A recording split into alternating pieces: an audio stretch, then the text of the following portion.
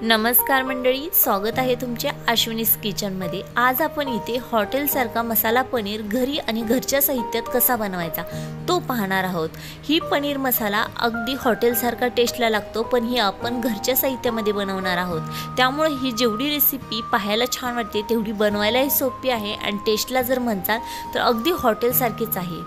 चला मग ही रेसिपी कशी बनवायची ते पाहूया।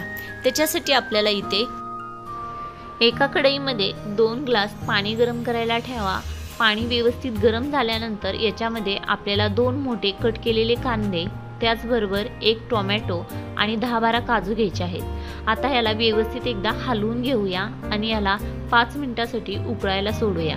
जर तुम्हाला झाकण ठेवून शिजवायचे असेल तरीही चालेल। आता ह्याला छान अशी उकळी येऊन 5 मिनिटं चांगले शिजले आहे। मग एका झाऱ्याच्या साहाय्याने पाणी गळाव असं साईडला काढून घेऊया, म्हणजे एका डिशमध्ये काढून घेऊया, कारण आपल्याला हे व्यवस्थित थंड करायचे आहे, नंतरच याची पेस्ट बनवायची आहे। त्याच्यासाठी आपण थंड होण्यासाठी याला 5 मिनिटं साईडला ठेवून देऊया।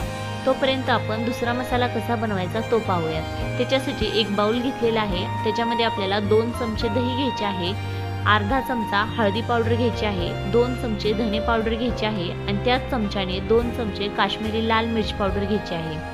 आता इथे पनीर मसाला घेतला आहे 2 चमचे। आता याला व्यवस्थित फेटून मिक्स करून घ्यायचे आहे। एकजीव होईल एवढे आपल्याला ह्याला व्यवस्थित एकसारखेपणाने हलवून फेटायचे आहे, म्हणजे याची चांगली पेस्ट अशी तयार होते।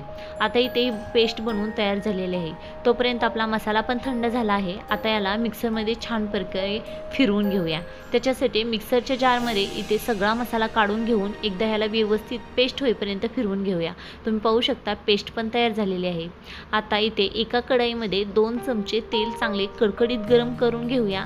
आता याच कढईमध्ये आपले पनीर आहे ते मी इथे अख्खेच पनीर सोडले आहे, नंतर याचे कट करून काप करणार आहे।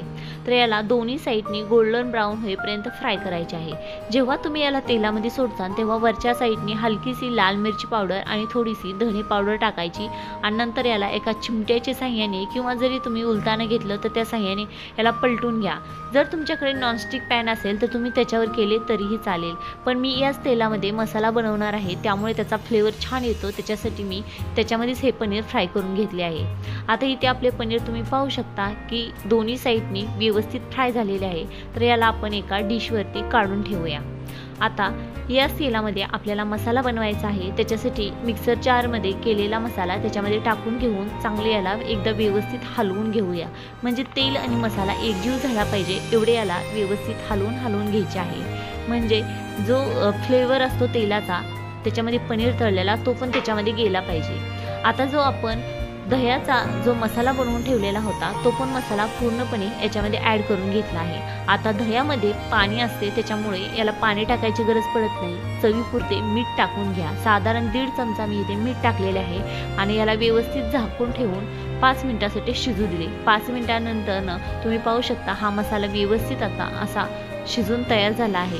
तरीही आपल्याला आणखी तेल सुटेपर्यंत हा मसाला शिजवून घ्यायचा आहे, पण मी इथे थोडेसे आणखी पाणी घातले म्हणजे हे खाली चिपकणार नाही आणि मसाला चांगला शिजेल।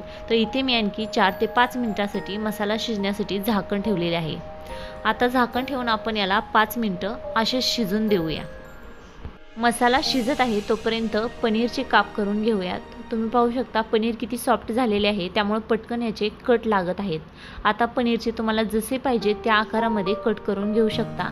आता इथे मी अशा आकारामध्ये याला कट केलेले आहे। जर तुम्हाला आणखी याला फ्राय करायचे आहे, म्हणजे कट केल्यानंतर ज्या साईडनी कट आहे त्या साईडनी आणखी फ्राय करायचे असेल तर तुम्ही नॉनस्टिक पॅनवरती करू शकता।